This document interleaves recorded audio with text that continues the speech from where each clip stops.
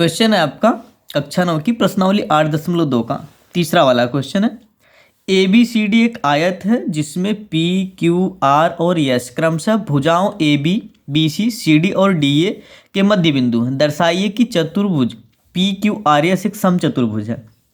A B C D एक आयत है जिसमें पी क्यू आर एस उनकी भुजाओं का मध्य बिंदु है। ठीक, तो उन मध्य बिंदुओं को मिलाने पर पी क्यू आर एस एक चतुर्भुज बनता है। तो सिद्ध करना वो चतुर्भुज क्या है, समचतुर्भुज है। तो समचतुर्भुज क्या होता है कि समचतुर्भुज में आमने सामने की भुजाएं क्या होती हैं, समांतर होती हैं और चारों भुजाएं एक दूसरे के बराबर होती हैं। समचतुर्भुज क्या होता है कि जिसकी आमने सामने की भुजाएं समांतर हों, आमने सामने की भुजाएं समांतर हों और चारों भुजाएं एक दूसरे के बराबर हों।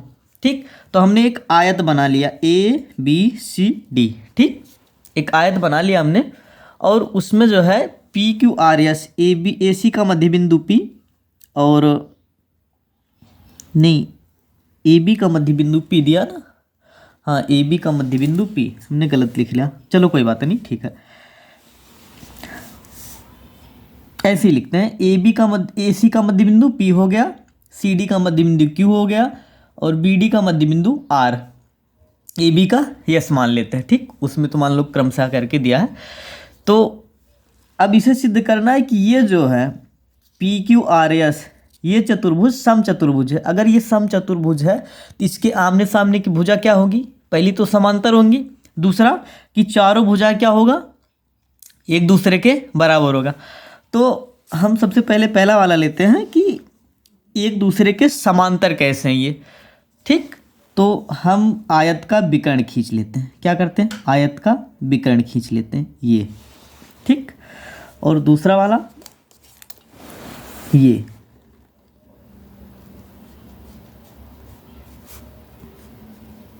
ये दूसरा वाला विकर्ण हो गया। ठीक, अब हम त्रिभुज लेते हैं, कौन सा वाला, ए सी बी। हम त्रिभुज लेते हैं ए सी बी। पहले में त्रिभुज ए सी बी में, ठीक, ए सी बी में ए पी का ए सी का मध्य बिंदु क्या है, ए सी का मध्य बिंदु पी है। ठीक, ए सी का मध्य बिंदु पी है और ए बी का मध्य बिंदु एस है, ए बी का मध्य बिंदु यस है।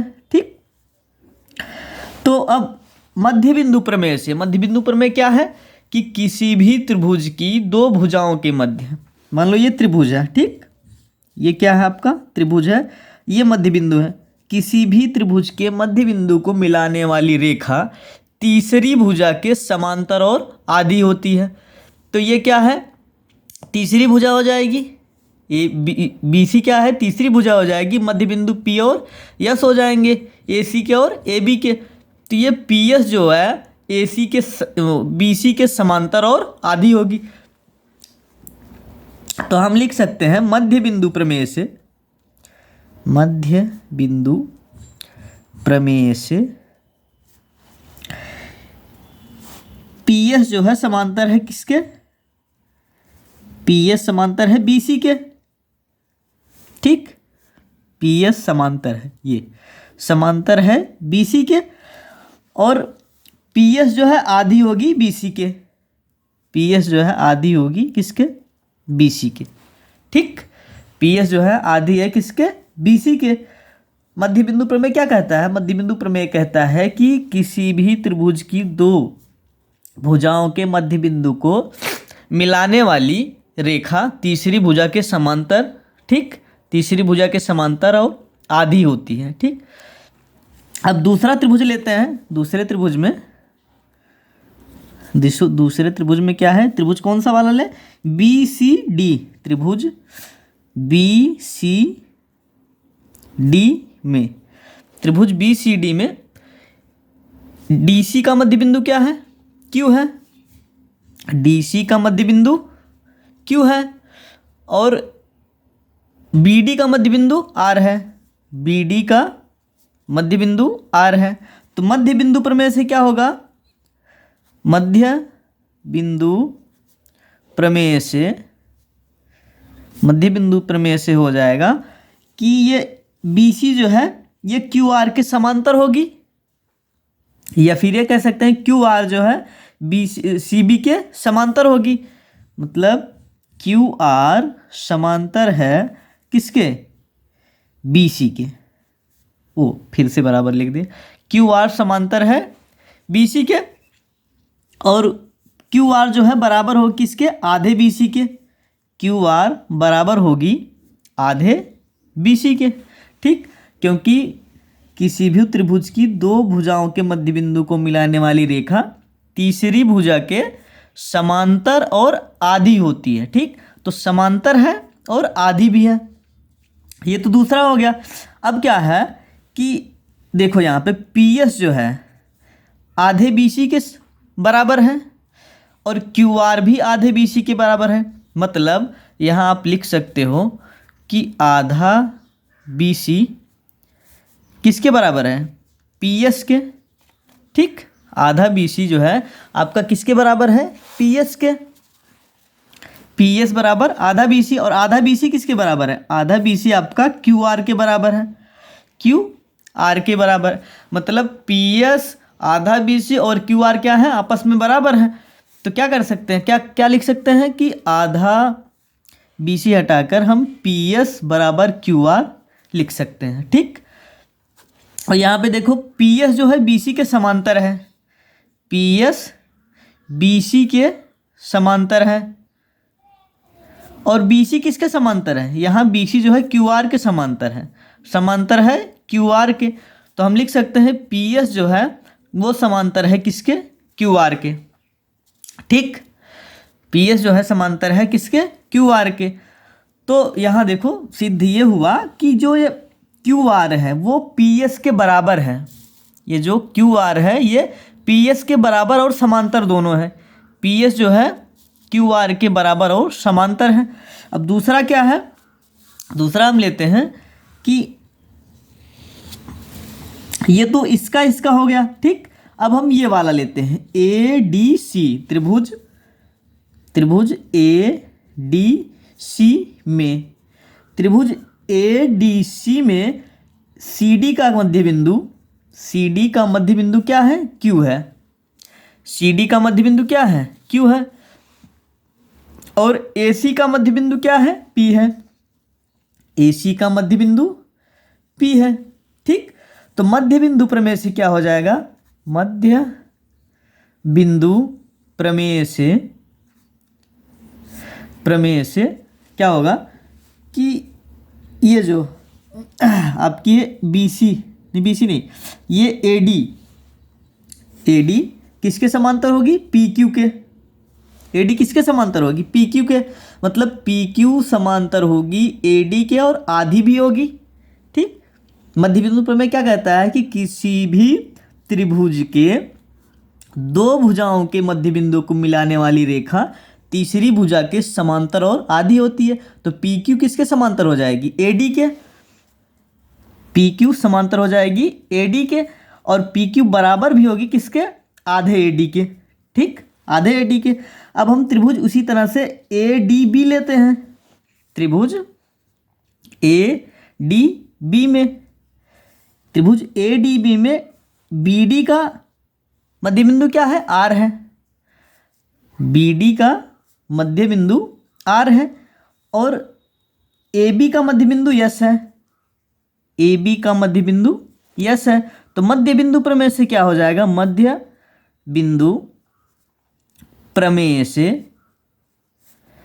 क्या होगा कि ये जो है AD और SR समांतर हो जाएगी किसके? AD के। SR समांतर हो जाएगी AD के। हम लिख सकते हैं SR समांतर है AD के। क्यों? क्योंकि किसी भी त्रिभुज के दो भुजाओं के मध्य बिंदु को मिलाने वाली रेखा, ठीक, तीसरी भुजा के समांतर और आधी होती है। तो SR जो है समांतर होगी AD के, और SR आधी होगी AD के। तो SR बराबर हाफ AD, ठीक, हाफ AD।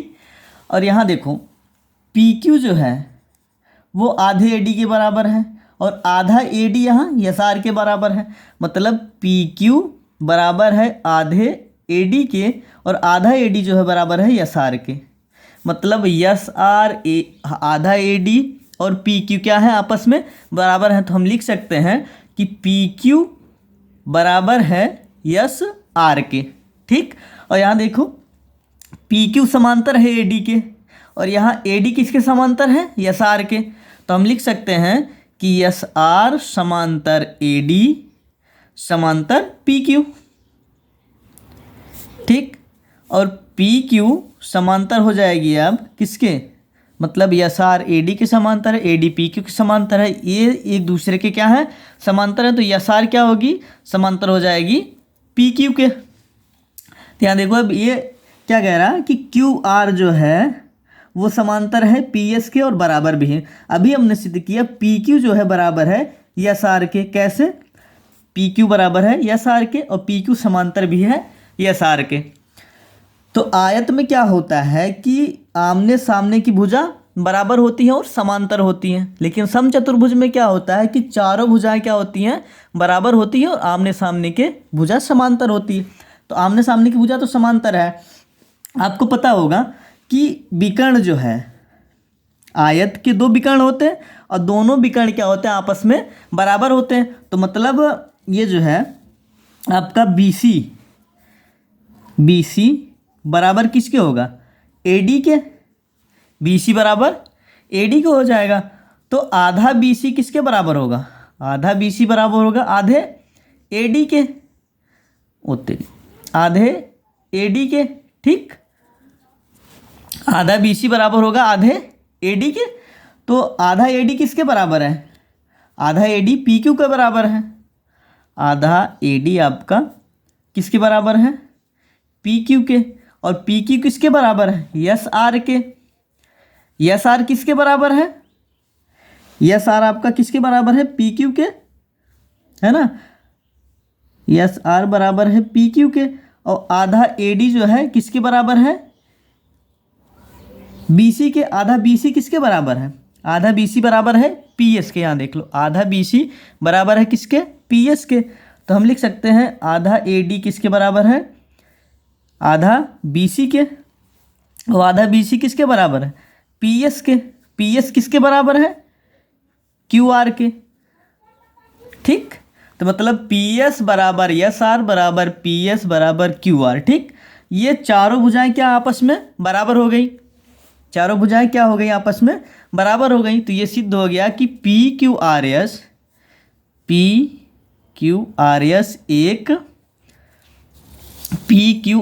एक समचतुर्भुज है, समचतुर्भुज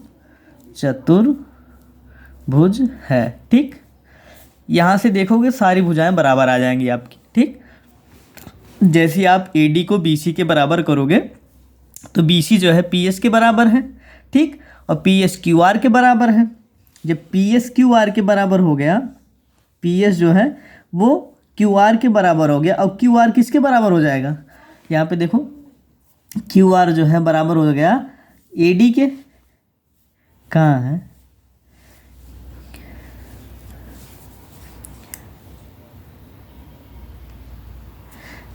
बराबर, हाँ यही से हो जाएगा बराबर। QR है आधे BC के बराबर, आधा BC किसके बराबर आधे AD के। अब आधा AD किसके बराबर, ये है आपका आधा AD PQ के बराबर भी है और SR के भी बराबर है। तो ये क्या होंगे आपस में बराबर हो जाएंगे। ठीक,